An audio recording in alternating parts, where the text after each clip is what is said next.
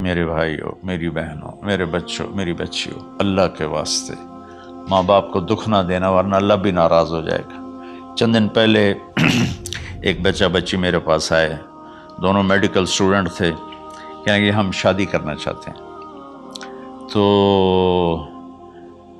بچی نے کہا جی میرے والدین ناراض ہیں، وہ نہیں، اس رشتے پر راضی نہیں ہیں۔ تو میرے باپ کہتے ہیں اگر تو نے یہاں رشتہ کیا تو تیری میری ایک درمیان ایک خط آئے، کھچ جائے گا خلیج، ہم اس پار نہیں آئیں گے تو اس پار نہیں آئے گی۔ میں نے کہا بیٹی، جس ماں نے تجھے 9 مہینے پیٹ میں پالا، 2 سال تجھے دودھ پلایا، تیری پوٹیاں پیشاب صاف کیا، تجھے پیمپر باندھے، تجھے اٹھ کے راتوں کو اپنی چھاتی سے دودھ پلایا، کیا اب اس کا اتنا بھی حق نہیں کہ تم اس کی رائے کا احترام کرو؟ اتنا بھی حق نہیں ہے؟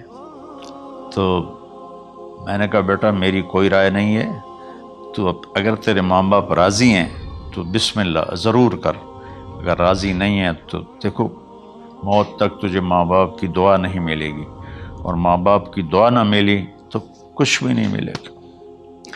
تو بھائیو دوستو، خاص طور پر آج کے کالج کے نوجوان بچے بچیاں یہ ماں باپ کے ساتھ بہت بدتمیزی کرتے ہیں، چونکہ اس میں والدین کا پہلا قصور ہے کہ انہوں نے ان کو دین نہیں سکھایا۔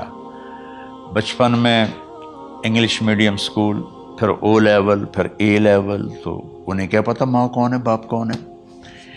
ایک پرانی بات ہے، ایک شخص اپنے بیٹے کو لے کر آیا کہ یہ میرا بچہ ہے اور یہ فلاں جگہ شادی کرنا چاہتا ہے، اور ہم میں سے کسی کی رائے نہیں ہے،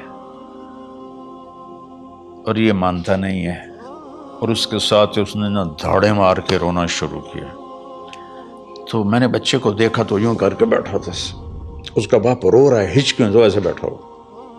تو مجھے اچانک خیال آیا، میں نے کہا شیخ صاحب اس کو کہاں پڑھایا تھا؟ کہا جی امریکن اسکول۔ اس کے بعد آسٹریلیا بھیجا تھا مزید تعلیم کے لیے۔ ان کے شیخ صاحب اس بچے کا کوئی قصور نہیں، آپ کا قصور ہے، اس کو تو پتہ ہی نہیں میری ماں کیا ہے، میرا باپ کیا ہے۔ ایک ہماری تہذیب تھی وہ ختم ہو گئی ہے، اس میں علم نہیں بھی تھا تو ماں باپ کا۔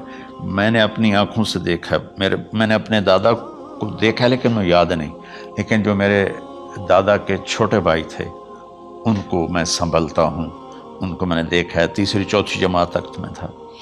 61 میں ان کا انتقال ہوا، میری 9 سال عمر تھی، تو 8 سال۔ ان کے بیٹے جوان تھے، اور ڈیرے میں جب وہ بیٹھتے تھے تو ان کے بچے ان کے سامنے نہیں بیٹھتے تھے، ان کی پیٹھ کے پیچھے بیٹھتے تھے۔ اتنا ادب تھا، حالانکہ چاروں کے چاروں دین نہیں جانتے تھے، تہذیب تھی، ثقافت تھی، جو آج کی تہذیب نے ہم سے سب کچھ چھین لیا۔